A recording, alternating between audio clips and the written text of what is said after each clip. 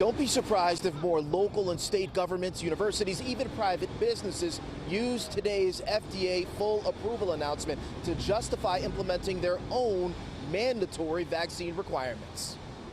Last December, at the height of the pandemic, federal health officials issued an emergency use authorization to pharmaceutical giant Pfizer for its COVID vaccine. On Monday, acting FDA Commissioner Dr. Janet Woodcock made it official. Full approval for Pfizer's vaccine, which will now be marketed and sold for profit under the brand name Comirnaty. The public can be confident that this vaccine meets the FDA's gold standards for safety, effectiveness, and manufacturing quality that we require for an approved product.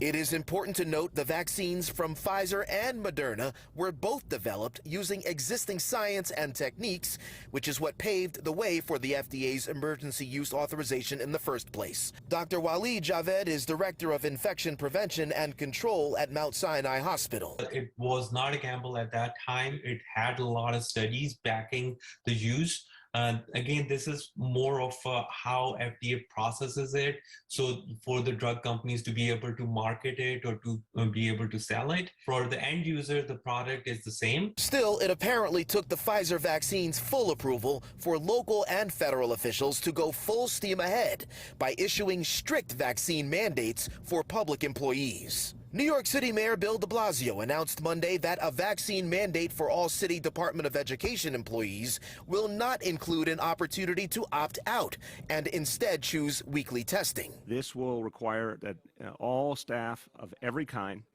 principals, teachers, custodians, food service, you name it, needs to have at least one dose by September 27th. De Blasio says the city will negotiate implementation details with the leaders of key unions who essentially responded they expect nothing less.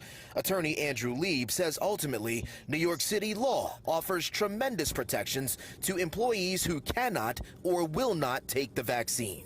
The discrimination law is the strongest to protect employees. So if you have something that you say is reasonable, it's presumed reasonable.